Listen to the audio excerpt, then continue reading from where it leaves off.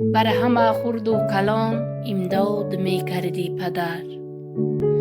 بر همه خرد و کلان امداد می کردی پدر. تو یتیم و بیکسان را شاد می کردی پدر. گندمت میمان در صحرا اگرچه نودرو، خرمنی درمانده ها را باد می کردی پدر.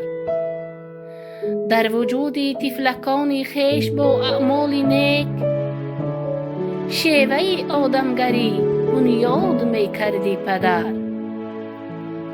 جیل می ماندن برای کبک ها در چشمسار، کبک را از چنگ من آزاد می کردی پدر.